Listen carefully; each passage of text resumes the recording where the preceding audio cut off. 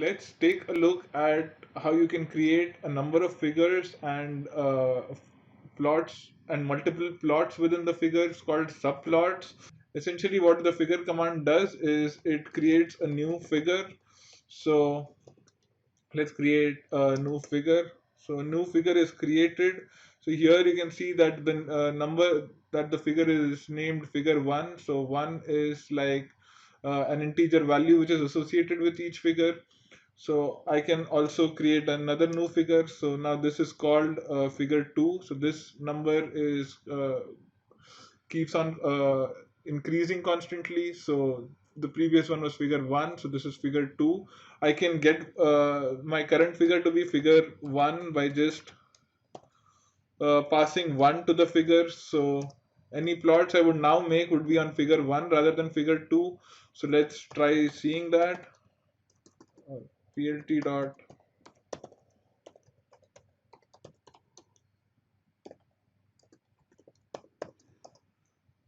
So now my plots are made on figure 1 rather than figure 2. I can also create a new figure with a specified name. So you can pass the name to the figure command if there is a figure with that name already existing. So if you have created a figure with that name, then that figure would be set to the current set as the current figure. But if you do not have a figure with that name, that a new figure with that name would be created and that would be set as a current figure. So I've created a figure called my figure. So this is my figure now.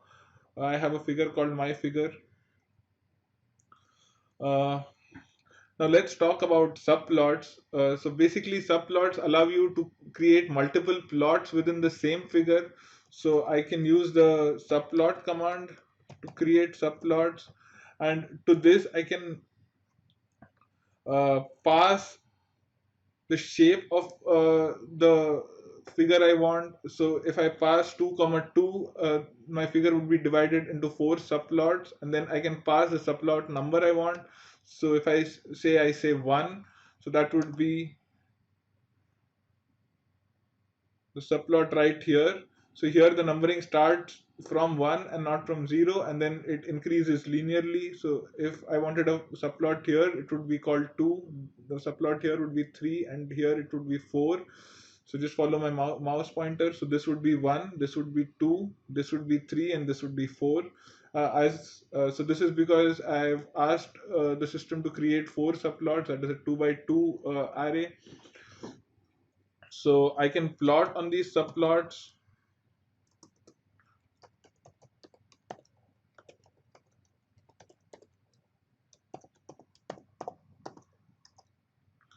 So now all my plots would be plotted in this subplot.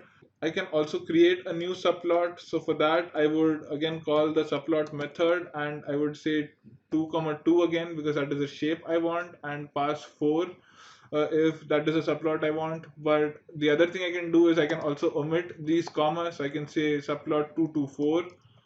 So this is a perfectly valid way of specifying the subplot. So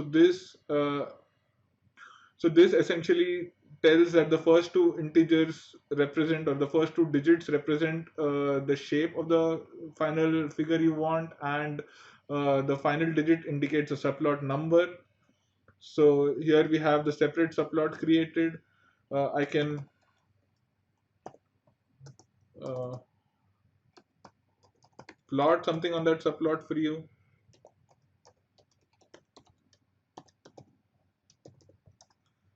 So my plot would be on this subplot. So yeah, so this is about plots and subplots.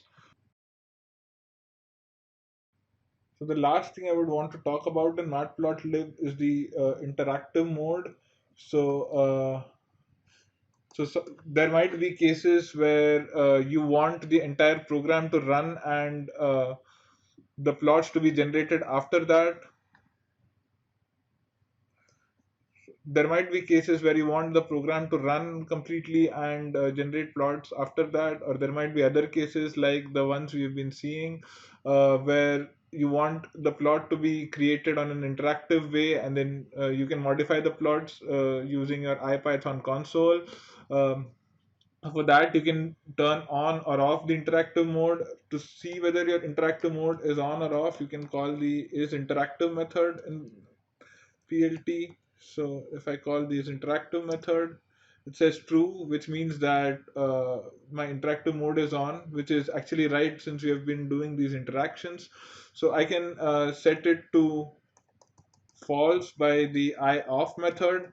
If I set it to false, so now you can see that it is not interactive. Now if I create a new figure, the figure would not show. So you see that the figure is not being displayed. I can plot something on the figure that would also not show. So let me plot the numbers from 1 to 100 on the y-axis. You see that the figure does not show. If you want the figure to show, you can call the show method. This would show all the figures you have created up till now. So this is the figure you have. If after you show a figure you want to plot some other stuff on that figure and see it, so you need the figure to be redrawn, so you would use the draw method for that. Since you're not in the interactive mode, or the interactive mode is off, at every command your figure would not be drawn. So if you want to explicitly draw the figure, so you would have to call the draw method. So let us take a look at that. So let us plot on the same figure. So let us plot on the same figure values on the y-axis which go up to 10,000. So let us say I say a range of 10,000. So the value on my y-axis should be up to 10,000. Now if I see this figure, the figure still has it up to 100, which was the previous plot. So we cannot see the new changes made to this plot. But if I call the draw method, I can call the draw method to,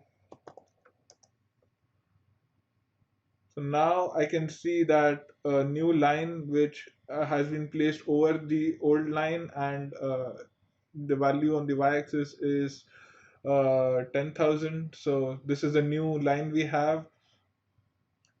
So this is how you can play with the interactive mode. So if you want the interactive mode back, you can call the ION function. So the ION function gets the interactive mode back. You can check it using the is interactive. So now you can see that it is true. So I have my interactive mode back. This brings us to the end of the Matplotlib lessons. I hope you have learned how to use this really powerful data visualization package, and you would be able to plot some really cool graphs and charts. So have fun playing with Matplotlib, and for the next lesson we would be talking about SciPy, which is a really powerful API. So I hope to see you guys there.